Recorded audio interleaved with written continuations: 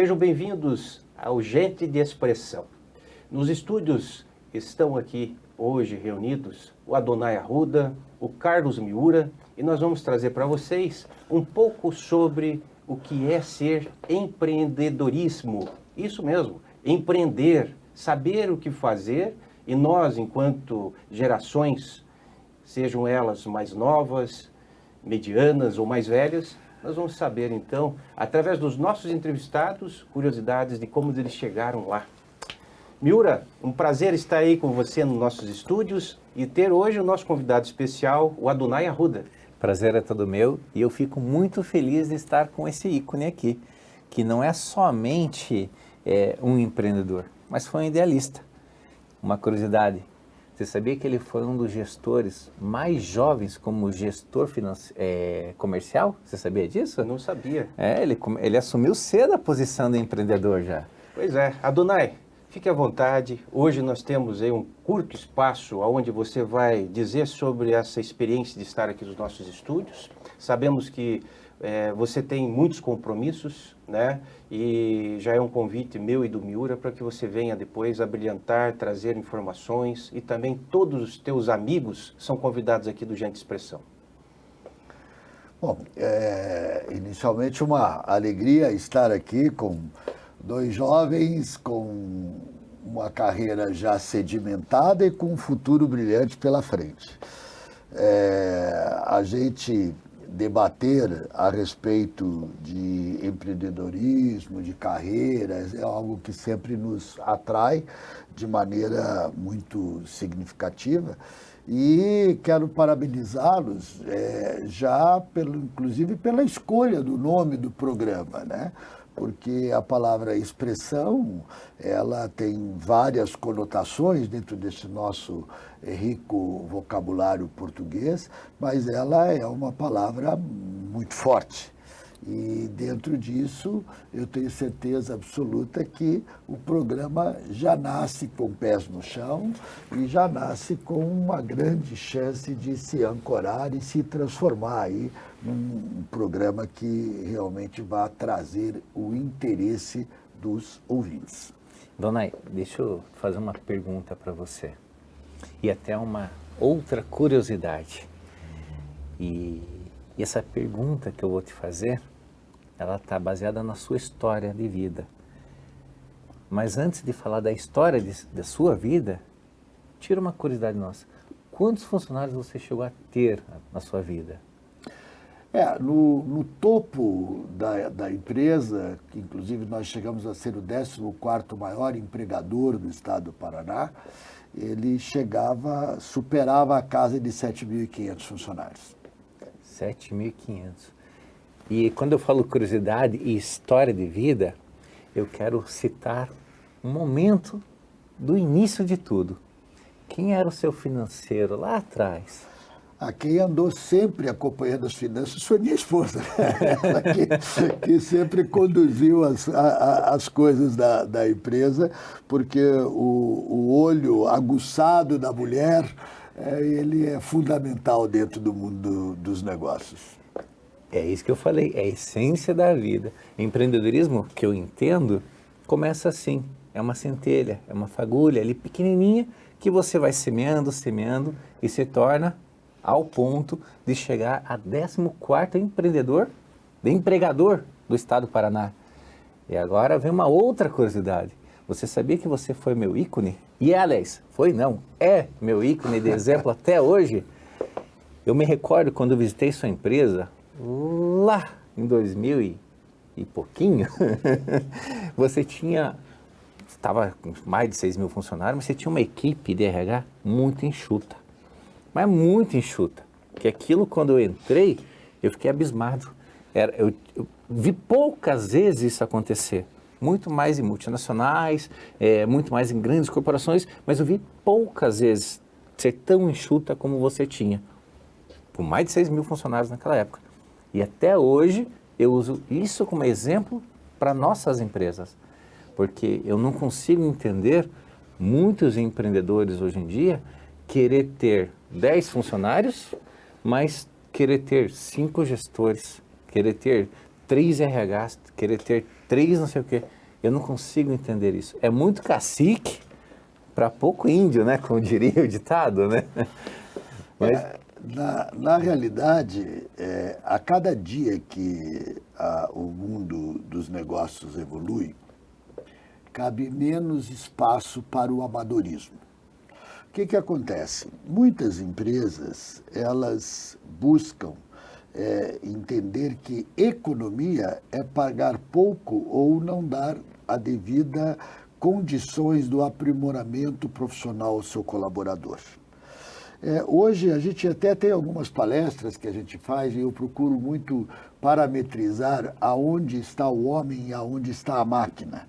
E um dos principais exemplos que a gente coloca é a utilização da URA. Hoje a figura da telefonista ela está praticamente extinguida. A maior parte das empresas usa os equipamentos eletrônicos. É claro que temos os problemas de muito custo das nossas leis trabalhistas e tal. Mas nós sempre, na nossa empresa, adotávamos uma prática que as nossas telefonistas elas sempre ganhavam quase que o dobro do piso da categoria, porque a gente sempre queria ter as melhores, porque é a porta de entrada. Então, tem gente que às vezes utiliza um porteiro de fim de carreira, já com uma série de problemas, com dificuldade, aí vai ficar ali na portaria, mas credo, esse é o teu cartão de visita. Né? Então, tem determinadas atividades que elas são da base da pirâmide, mas que ela precisa efetivamente ter um profissional com P maiúsculo, certo? Então, a busca de você trabalhar no enxugamento de uma administração, e do processo administrativo todo, é que você realmente tenha profissionais de alto gabarito com aquele sabor de que ele entende que a primeira coisa que faz com que ele seja um destaque na empresa é ele trocar o seu sobrenome.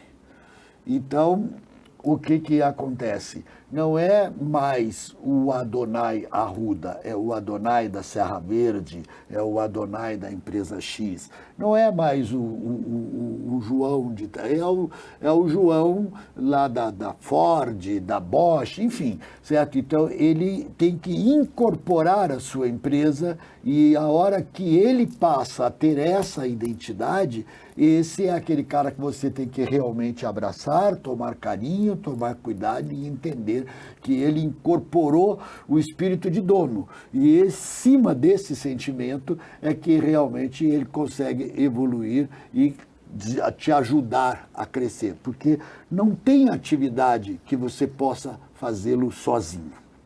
Isso eu acredito.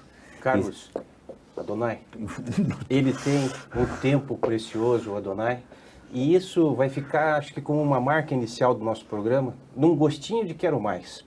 Adonai Arruda, médico veterinário, presidente de empresas de facilities, ele trouxe para nós aqui conhecimentos de empreendedorismo e traz para o Miura, para mim e para você, curiosidades que farão com que, num breve momento já agendado aqui do nosso programa, ele estará novamente traduzindo para nós essa sede do conhecimento que todos nós temos, né, Miura? Adonai, obrigado, eu sei que você tem um compromisso, fique à vontade. Ora, eu que agradeço mais uma vez a oportunidade de estar com vocês. Eu peço desculpas, mas realmente há um evento aí de grande relevância, junto com o Movimento Pro Paraná, em que nós estamos trazendo uma grande autoridade do mundo da intermodalidade ferroviária, que Curitiba está vivendo essa necessidade e esse momento, e nós temos que entrar nesse debate agora. Mas não vai faltar oportunidade e certamente estaremos aqui em outras ocasiões. Vamos aguardar seu retorno, viu? Perfeito. Grande abraço. Obrigado. Obrigado, Maurício. Sucesso para vocês. Estamos de volta aos nossos estúdios com gente de expressão. Miura, foi espetacular a conversa com o Adonai e deixou um gostinho de quero mais. O que eu vou falar desse homem, Adonai? Eu poderia chamar ele de padrinho, né? Uma vez que ele foi uma inspiração quando eu estava iniciando a minha carreira, minha jornada mesmo, né? Começando a ascender um pouquinho. E quando a gente pensa, então, dos nossos convidados, Qual é o convite que você faria, então, para esses que estão nos acompanhando e que, de repente, pode estar aqui junto no Gente de Expressão? Para fazer um convite, eu falaria o seguinte: se você quer falar sobre o coração aqui com a gente, como ele falou, e falar um pouquinho só da família dele, mas especificamente da esposa que iniciou toda a jornada com ele, vem com a gente, vem junto, porque vai ser muito bom. Não adianta falar só sobre riquezas. Nós temos que tentar falar para todo mundo o que movimenta, o que gerou essa riqueza, que normalmente está aqui, ó, está dentro do peito. É o amor sobre uma empresa, é o amor de uma família que construiu algo, é o coração. Eu acho que esse seria o convite que eu faria. Se você, que está aí do outro lado, quer demonstrar para todo mundo o quanto você gosta de algo, é a nossa gente de expressão. É aí que temos que se basear. Eu vejo, Biura, que não só aqui em Curitiba, no Paraná, e pegamos o nosso Brasil, existem diversas pessoas que têm as suas expressões. E somos privilegiados. Privilegiados porque são famílias, como a do Adonai, que fizeram suas empresas familiares darem certo. E eu acho que é aí que você pegou muito bem. Porque quando a pessoa fala do coração, fala das coisas que estão acontecendo no seu empreendimento, elas vão trazer para os nossos telespectadores algo a mais. Sabemos que você também é empreendedor. Essa formação do empreendedorismo, ela vem numa escolha da faculdade, ela vem numa escolha da atividade profissional, porque tem muitos técnicos, e eu conheço algumas pessoas que são de sucesso aqui no estado do Paraná, e que não conseguiram fazer o curso superior, por exemplo. Como que você vê hoje no mundo, né, essa situação de oportunidades aos mais novos e como empreender? Olha, Maurício, quando eu falei do coração, eu acho que eu vou ter que falar sobre mim para poder te responder sobre isso. Como que eu comecei? Que foi essa pergunta. Até uma curiosidade. Segundo diz minha mãe, minha falecida mãe, quando eu tinha mais ou menos meus 6 anos de idade, eu estava assistindo o jornal, que naquela época, não vamos fazer propaganda de outras emissoras, mas passava no domingo à noite. Estava assistindo lá e tinha uma pessoa toda engravatada, toda elegante, dando uma entrevista. Eu nem sabia o que era. Eu só estava assistindo, olhei para minha mãe assim e falei: mãe, quando eu crescer eu quero ser assim. Na inocência de uma criança. Não sabia o que significava aquela pessoa, aquela personalidade que estava dando a entrevista. Passou-se anos e anos, quando eu entrei numa firma da auditoria, estava com 17 anos, ia fazer 18, entrei como trainee, a minha mãe veio me contar uma história dessa vez, desse episódio. Ela me chamava de Nuno, né? Ô Nuno, você sabia, fui todo feliz contar para ela: mãe, passei como trainee, né, de uma firma de auditoria, e ela veio contar essa história falando assim: Nuno, você sabia que quando você tinha 6 anos de idade, você estava assistindo essa emissora e você apontou e falou que você queria ser assim? Eu não entendi, eu falei, tive que perguntar: mãe, não entendi. Como assim? Estava lá escrito auditor. Eu olhei assim, volto a dizer, né, inconsciente, falei: tá, amor, mas eu queria ser auditor? Você está falando isso porque eu passei nessa empresa de auditoria? Filho, estou te falando porque você, desde os 6 anos, você queria ser isso. Mãe, mas eu não sabia nem o que era isso, né? Eu deveria ter achado bonito, uma pessoa elegante na TV, e falei que queria ser. E olha a coincidência, né? Aquilo marcou, acho que tão profundamente, a minha essência na juventude, que quando eu fui adentrar dentro de uma empresa, de uma corporação de auditoria, minha mãe lembrou isso, né? E olha, falar um pouquinho da trajetória, a minha primeira faculdade que eu tentei, que eu achava que tinha passado, foi medicina, porque eu tentei na Federal. Por sorte, não passei, né? Por sorte. Acabei ganhando o bolso na outra universidade. Mas, por sorte, eu não passei, que eu consegui, não passando lá, consegui entrar empresa que eu havia almejado com 6 anos, sem saber o que significava, e fiz essa trajetória que eu tenho até hoje, começando com serviços, indo para a indústria, indo para vários outros segmentos, e como eu sempre digo, me divertindo muito, viu? Que trabalhar é bom, mas se divertir, não tem preço que pague. Eu vejo que o Miura é uma pessoa que é compromissada, tem diversos compromissos, assim como nós vimos aí com o Adonai, que acabou de ser entrevistado e está agora numa palestra a nível mundial, falando sobre desenvolvimento na cidade de Curitiba e São José dos Pinhais. E a gente vê, Miura, que não é só o empresário. As pessoas hoje, eu acho que após a pandemia, se tornaram mais sérias. E nisso existem cobranças. A busca da felicidade, eu acho que é aí que está o grande ponto, né? Você falou em alegria, você falou num aspecto que é imprescindível ao ser humano, né? Se você gosta do que você faz, você é feliz. Então, como que nós poderíamos, nessa conversa de hoje, explicar aos nossos telespectadores, eles na busca da felicidade? Se nós somos cristãos e estamos num período aí próximo à Páscoa, eu diria que amar a si mesmo é o primeiro ponto, sabe, Miura? Porque você se amando, você vai poder amar as outras pessoas. E vi muitos empresários bem-sucedidos que se destacam, às vezes, na entrada do prédio, na entrada da indústria, que eles são muito simpáticos com todos. É dar oi para um porteiro, cumprimentá-lo, saber sobre o Adriano que está aqui embaixo, como é que é a vida dele, como é que está a família, saber das pessoas que estão ao nosso redor. Você acha que isso é imprescindível para o sucesso também das pessoas? Saber participar da sociedade? Olha, Maurício, isso não é só imprescindível, isso é cultural, isso é uma essência de um empresário de sucesso. O empresário de sucesso, normalmente, ele escalou a sua jornada. Ele foi degrau e degrau subindo na sua vida. Ele só não pode perder a essência. Porque quando ele perde a essência, em outras palavras que eu quero dizer, é o que você está citando, que é ele deixar de conhecer a base, ele perdeu o sentido do negócio. Ele perdeu o amor daquele negócio. Para ele, daí se trata somente de números. Não é algo errado. Não é. Não podemos falar que o empresário está errado por só querer se preocupar com números. Não é isso, não estou falando isso. Mas o empresário, que é diferente do empreendedor. Empreendedor é o sonhador. Quando a gente fala em sonhar, e ele consegue pegar aquele sonho e concretiza, significa que ele está começando a vida dele. E se ele está começando a vida dele, não importa a escalada que ele já fez, a jornada que ele já teve, ele sempre vai ter a sua essência com ele.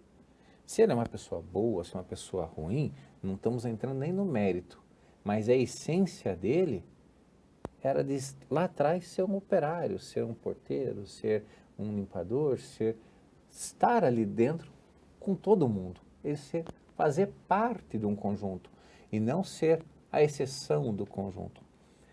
Não vou dizer que quando você ganha notoriedade, não vou dizer que quando você ganha, ou melhor, quando você conquista uma certa posição, você perde muito daqueles teus amigos, daqueles teus colegas, mas é natural. E até fazer uma analogia com um foguete. Uma vez eu vi uma charge que dizia o seguinte, né? Quando tem um foguete lá preste a ser lançado, ele tem aquelas bolhas de combustível, né? Quando ele está subindo, aquelas bolhas vão queimando, vão ajudando ele a subir. E vai chegar a uma certa altura, aquilo vai ter que desprender do foguete principal para que ele possa continuar a sua jornada natural. O que eu quero dizer com isso? Quem está na base vai estar te acompanhando até um certo limite. Não porque as pessoas não mereçam crescer junto com você, não é isso que eu quero dizer, mas é que aquelas pessoas, elas automaticamente, elas têm uma limitação de querer algo para elas mesmo. Tem pessoas que gostam e estão felizes de trabalhar como empregado. Tem pessoas que não, tem pessoas que querem algo a mais. Tem pessoas que ficam felizes em ter uma moradia apenas. Tem pessoas que querem ter muito mais. Então, é uma ambição pessoal.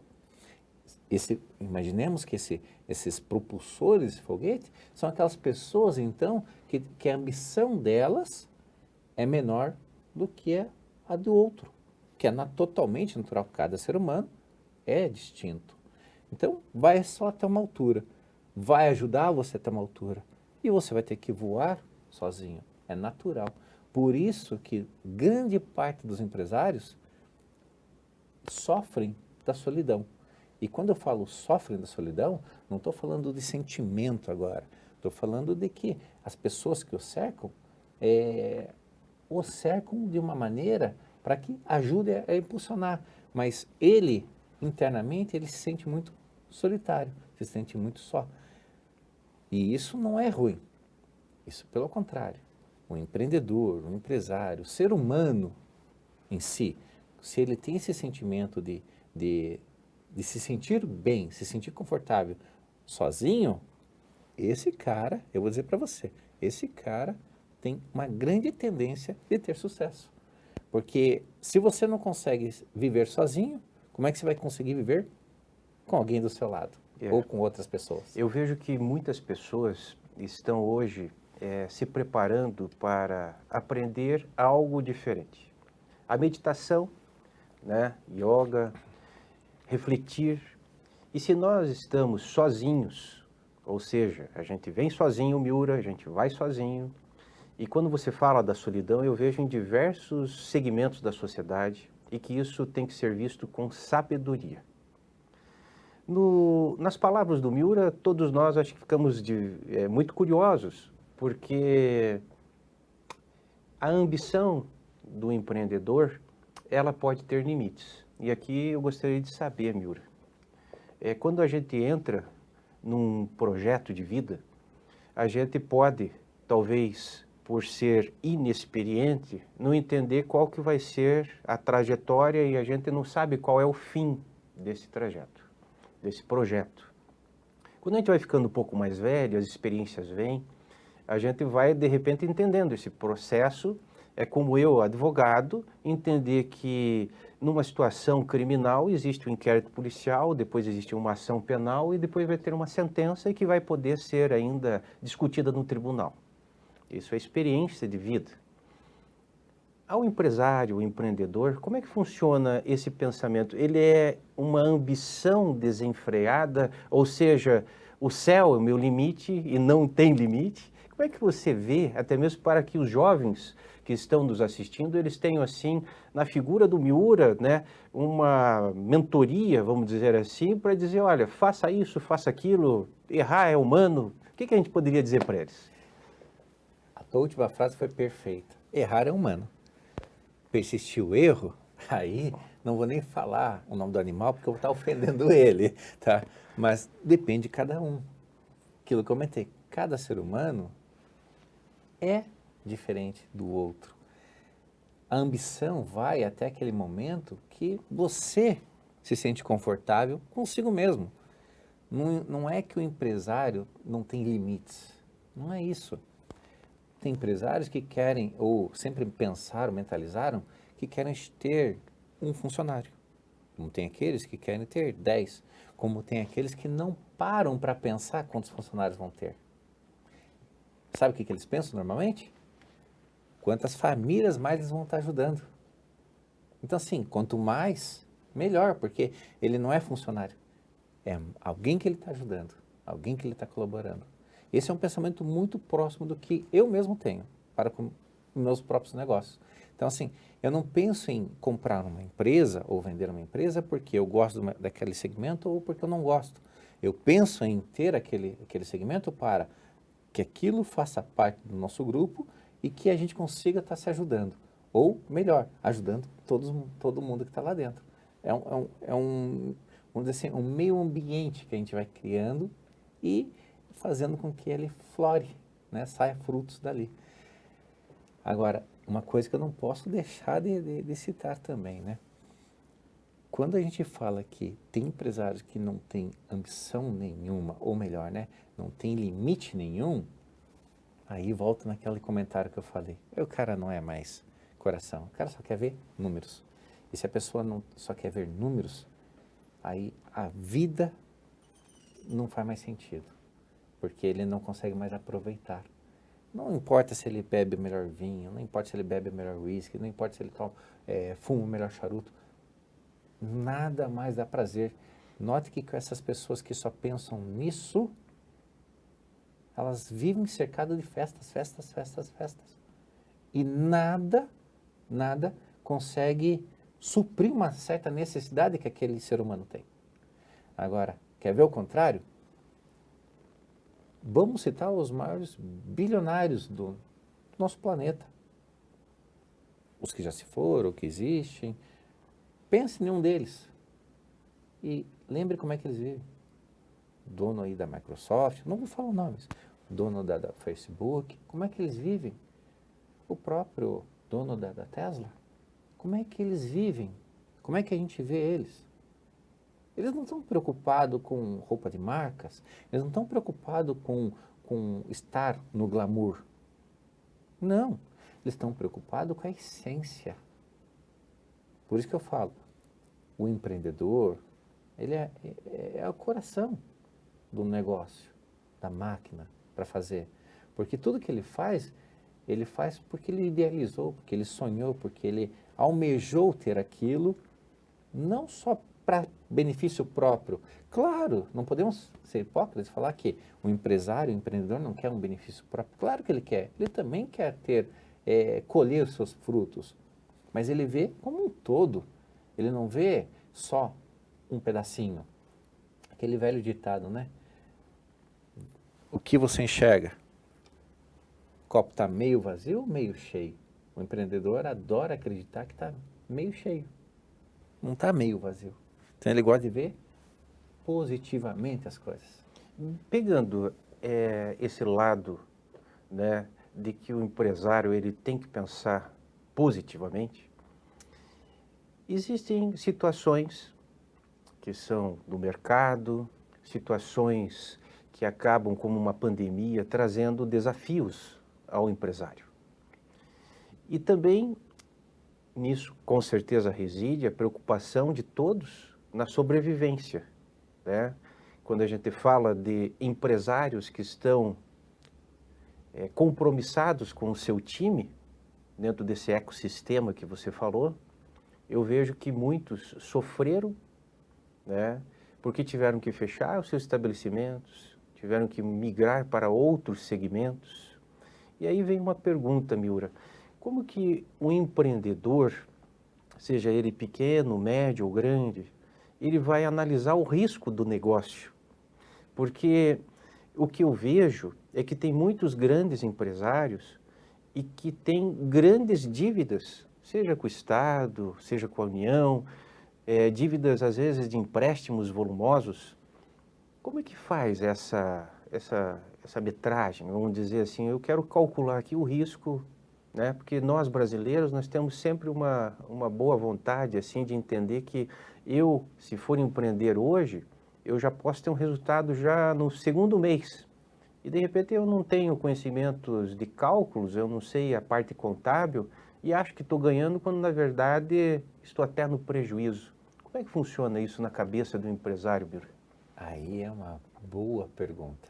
Não existe uma fórmula mágica, não existe uma regra básica. O que existe são possibilidades, né? E o empresário tende, por ser positivista, né, ele tem a tendência de ver essas regras com mais facilidades. Ele adora crescer usando o capital de terceiros, né? Ele adora conseguir obter conquistas usando subterfúgios de outros, né? Recursos de outros, principalmente de investidores. Mas isso não é uma regra.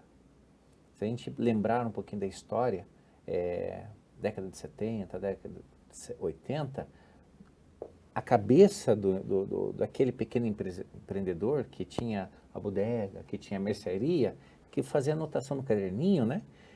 Vendia à vista, mas comprava, vendia a prazo, mas comprava à vista, por causa da inflação.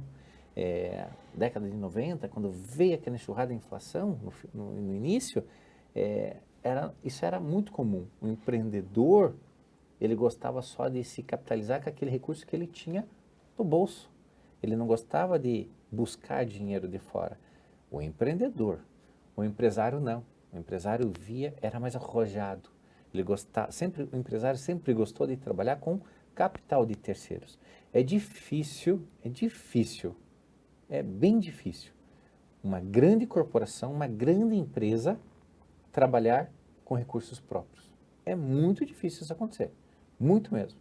Seja para fazer investimentos, para ampliação, seja para fazer qualquer lançamento do nosso produto, a tendência é trabalhar com recursos de terceiros. Isso em todos os segmentos. Quer ver um exemplo? Vamos citar aí supermercados, já que eu falei de mercearia, né? Supermercados. Não vou falar o nome de redes, mas uma rede vai lançar uma nova unidade em qualquer local. Como é que eles fazem isso? Eles chamam seus fornecedores e falam, querem colocar teu produto na loja?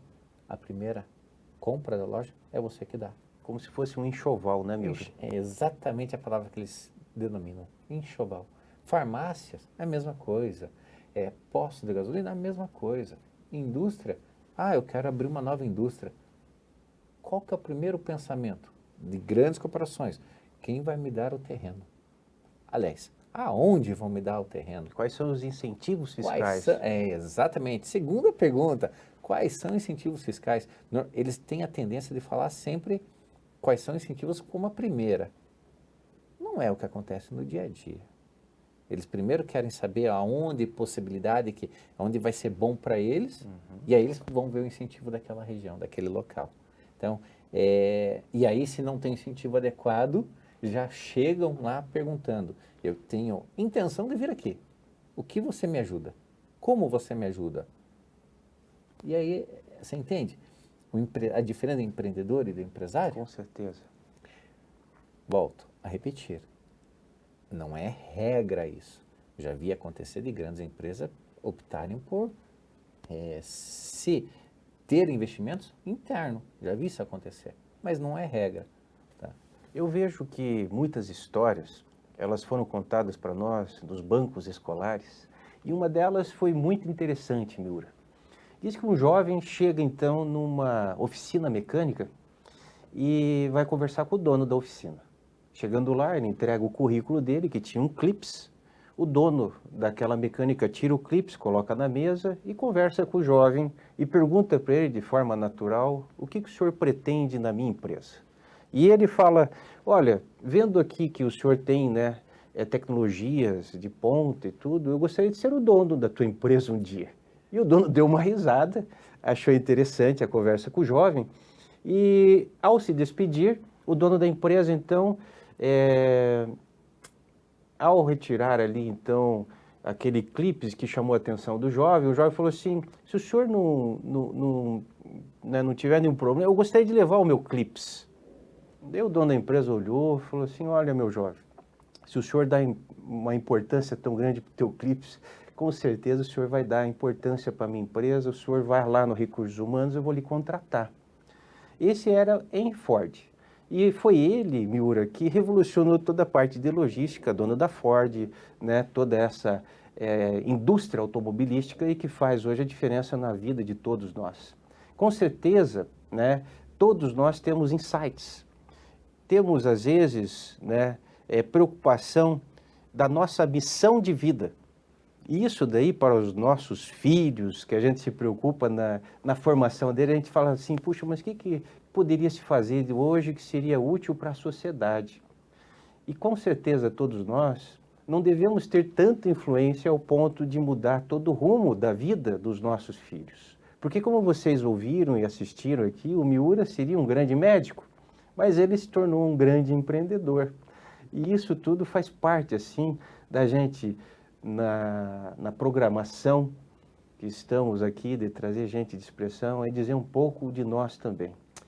Eu te digo, Miura, que estamos fazendo a diferença trazendo informações como estas, e tenho certeza, né, de que nos programas que nós vamos entrevistar, né, diversas pessoas aqui de Curitiba, do Paraná, do Brasil e do mundo, e vocês todos são os nossos convidados, estaremos com gente de expressão, fazendo com que a gente não só tenha uma familiaridade, de uma forma muito simples aqui nos estúdios, né, passando informações.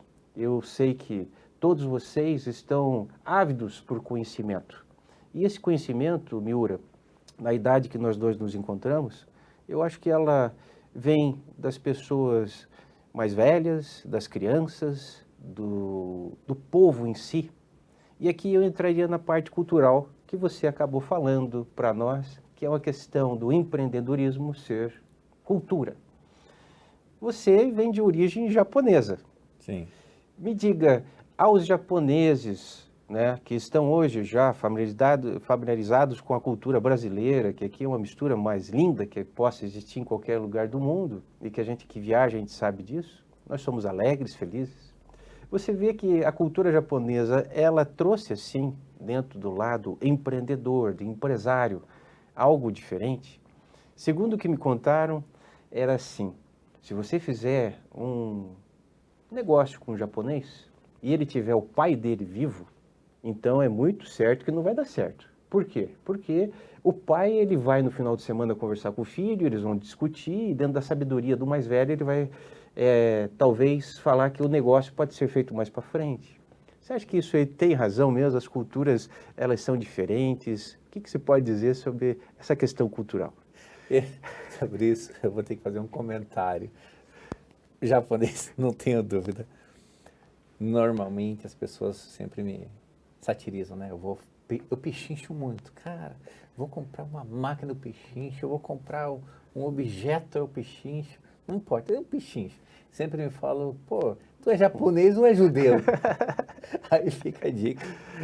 Aqui dentro tem sangue judeu mesmo. Então. Por parte da minha mãe, então... É uma mistura boa aí. É uma mistura que acabou dando sucesso nos negócios, né? Bom. Então, tem uma origem que eu gosto, que é nipônica, japonesa, que você falou, não tenho dúvida. O japonês é muito conservador. Lembra que eu falo que é ambição de cada um? O japonês gosta de ser conservador. Naturalmente, o japonês gosta de subir um degrau e ele se sentir confortável naquilo, ele para naquilo e para ele tá bom. E não é, volto a repetir, a ambição de cada ser humano é única e tem que ser para ele mesmo. Se ele se sentir bem com aquela conquista, parou por ali, joia. E o japonês é assim. É normal o japonês só chegar naquele ápice que ele está acostumado e se estacionar. Ele gosta daquele conforto. O japonês não gosta de arriscar. Então, se você falar com qualquer japonês e que os pais, não vou nem falar só o pai, mas que os pais estejam no dia a dia, provavelmente não vai ser negócio mesmo. Porque os pais vão falar assim, você precisa disso? Vai mudar a tua vida? Por que você não termina o teu estudo primeiro? Por que você não ganha promoção na onde você está? Porque o japonês gosta de ser eu acho que ele é muito conservador no aspecto da segurança. Sim. Né? Isso nós estamos falando da segurança familiar. Porque tudo é envolvido. É o aspecto que você está bem com a tua esposa, com os teus filhos, no trabalho. E essa cultura que você traz para nós, ela é muito forte, né? E eu já digo para os meus amigos que são japoneses, assim, primeiro que a gente gosta de pescar. E o japonês, se ele aprende a pescar, ele é o melhor pescador que existe, fica até chato, é irritante o nosso pescador, né? E vocês, dentro do contexto, são muito fiéis também, sabe? Essa fidelidade, ela é muito marcante. E na sociedade, a gente tem que dar, assim, oportunidade para conhecer mais pessoas, mas a gente vê, assim, as dificuldades, às vezes, de pessoas querendo se aproveitar. Como, Miura, você poderia explicar ou dar uma orientação aos nossos telespectadores? Porque as redes sociais, elas estão abertas, né? As pessoas querem conversar, querem saber da gente. E até uma curiosidade, o Miura, ele coloca até que o WhatsApp dele, às vezes, não funciona. E como que é isso, então? Você conversa com as pessoas, é só no telefone mesmo, Miura? Você tem essa certa situação de respeitar os seus limites, a zona de conforto, né? O que você pode dizer sobre o Miura, assim, para os nossos telespectadores? Eu não tenho aversão à tecnologia. Não, pelo contrário, eu amo tecnologia. Porém, a minha essência, acho que daí a parte nipônica fala mais alto. Eu gosto do contato assim, ó, humano. Entendi. Eu gosto de olho no interagir, olho. olho no olho. Eu gosto de pegar o telefone e ligar, que hoje em dia As ninguém gerações quer mais ligar. novas não querem mais, Miura. Só querem teclar, É. ali ficar no WhatsApp, Isso. no Messenger, no Sky. Eu, Miura, não gosto muito disso. Então, assim, as pessoas que me conhecem sabem, todas elas. Se for algo que é urgente, me liga. Pode passar WhatsApp, pode passar mensagem em outras redes sociais. Um dia eu vou ver. Um dia. Mas E eu demoro bastante. questão de costume, Miura, né? E eu acho que para você, acho que ficou muito claro. Então, quer conversar com o Miura, eu ligo para o celular do Miura, daí se ele não pode, ele liga de volta, dá essa satisfação. E daí, nessa relação com os clientes, o cliente, ele tem que ser, vamos dizer assim, regado, ele tem que ser construída, nós temos que construir essa relação com o cliente para dar certo os negócios. Como que você vê esse mundo assim de relacionamentos daí dos negócios junto com os clientes? Tá. Aí eu entraria em outra seara. Eu acredito muito na equipe, no trabalho em equipe, como eu falei, né? Eu acredito nas pessoas, então eu trabalho para poder fazer todo mundo crescer. Eu, Miura, né? Então, nós temos o gestor para aquilo, nós temos gestor para atendimento do cliente. Então, eu evito falar com o cliente. Não é que eu não atenda cliente, não é isso. Mas eu prefiro fazer com que o nosso gestor seja o gestor realmente. Eu prefiro fazer com que o atendimento ao cliente, o representante de vendas, faça o seu papel. Então, se tiver algum problema, tem outro para resolver. Eu tento valorizar a própria equipe, do que simplesmente eu comprar a briga de todo mundo. Eu não posso ficar comprando a briga de todo mundo. Eu tenho que ajudar aquele que está resolvendo algum problema a ter a essência para resolver. E isso eu faço valorização da própria pessoa que está lá. Nós estamos chegando ao final já do nosso Gente de Expressão. Hoje um bate-papo agradável com a Adonai Arruda, com o Miura, e a gente vai estar nessa mediação, junto com todos os convidados, trazendo informações, curiosidades, cultura e, como o próprio Miura falou, alegria. Eu acho que o mundo de hoje, Miura, ele está muito sério.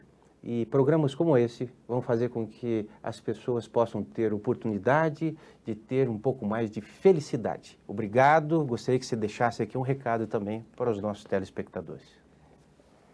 Nos sigam e acompanhem o nosso programa, o nosso quadro aqui, porque eu tenho certeza que vocês vão se surpreender com as pessoas que vão passar aqui do nosso lado.